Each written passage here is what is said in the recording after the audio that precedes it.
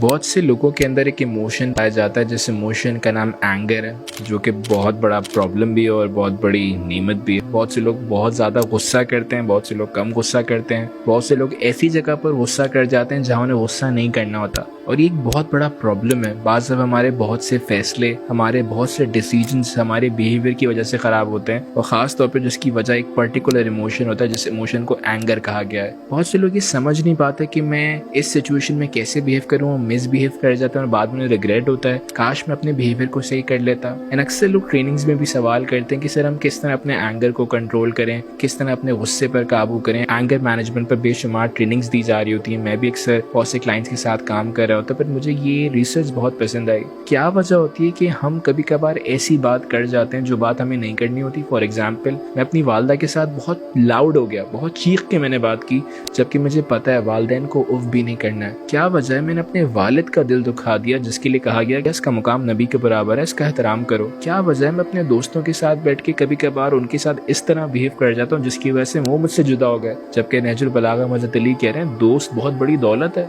वतन में रह के भी गरीब है वो शख्स जिसके दोस्त नहीं है। लेकिन क्या वजह होती है कि हम रॉन्गली बिहेव कर लेते हैं? क्या वजह होती है कि हमारा बिहेवियर, हमारा इमोशन हमारे कंट्रोल में नहीं रहता और हम मिसबिहेव कर जाते हैं? ये बात समझने के लिए एक छोटी सी रिसर्च समझनी पड़ेगी कि हर इंसान के पास एक लिमिटेड एनर्जी है। जो आपका दिन शुरू होता है और जब दिन खत्म होता है, तो दिन के लेवल पर एक चीज़ की बहुत कमी होती है, एंड दैट इज एनर्जी। हर इंसान के पास एक बहुत ही इंपॉर्टेंट रिसोर्स जो कि एनर्जी बहुत फाइनाइट है, एंड इसे बहुत कॉन्शियसली इस्तेमाल करने की ज़रूरत है। फॉर एग्जाम्पल, क्या वजह होती है कि हमारा माइंड हमारे कंट्रोल में नहीं रहता? क्योंकि हमारे माइंड को जो चीज़ ड्राइव करती है वो एनर्जी है। बहुत से लोग यूजली जो मिसबिहेव कर रहे होते हैं वो रात को कर रहे होते हैं। बहुत से लोग रात को ऐसे ड्रामे देख रहे हैं, ऐसे फिल्में देख रहे हैं जिनमें कोई मीनिंग नहीं है। अच्छा, वो क्यों देख रहे हैं? बिकॉज इस वक्त वो अपने माइंड को कंट्रोल नहीं कर रहे, उनका माइंड उन्हें कंट्रोल कर रहा होता है। यूजली अगर देखा जाए प्राइम टाइम ड्रामों का, फिल्मों का, फालतू तरीन फिल्म है, फालतू तरीन ड्रामे जिनका आपकी जिंदगी पर कोई असर नहीं है, लेकिन वो रात को बैठा मैं देख रहा हूँ। रात को बैठा 1.5 घंटा मैं गेम खेल रहा हूँ। क्यों खेल रहा हूँ? बिकॉज इस वक्त मेरा माइंड मेरे कंट्रोल में नहीं है, मैं माइंड के कंट्रोल में। क्यों? बिकॉज जब हमारे माइंड में एनर्जी खत्म हो जाती है, यानी जब हमारे अंदर एनर्जी नहीं रहती,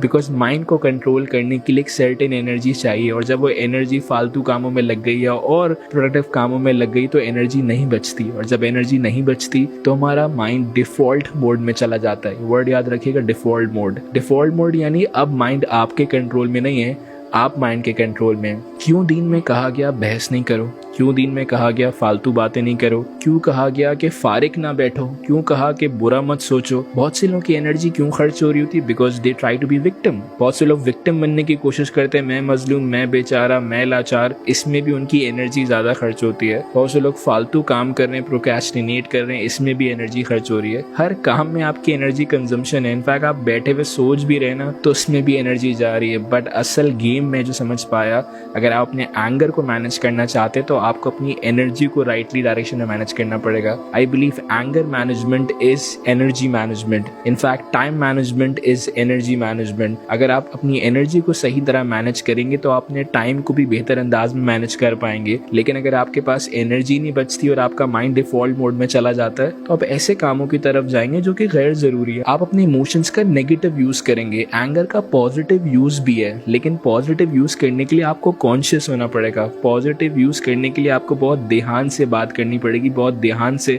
इस इमोशन का इस्तेमाल करना पड़ेगा। चाहे आप जाके माजी के जंगों में देखें, वो जंगें बहुत गुस्से से नहीं लड़ी गई, वो जंगें बहुत कॉन्शियसली लड़ी गई हैं। उन जंगों में बहुत कॉन्शियस बिहेवियर के साथ काम किया गया है, उन जंगों में बहुत कॉन्शियसली बिहेव किया गया है। ये बात हमेशा याद रखिएगा कि आपके पास एनर्जी लिमिटेड है, इसको बहुत कॉन्शियसली यूज करें, बहुत कॉन्शियसली इस्तेमाल करें। उन चीज़ों की तरफ मत जाइए जो कि प्रोडक्टिव नहीं है। और अगर आपका माइंड उन चीज़ों की तरफ जा रहा है, इसका मतलब है कि आप कुछ और ऐसे काम कर चुके हैं जिस वजह से अब आपके पास सोचने का टाइम नहीं है।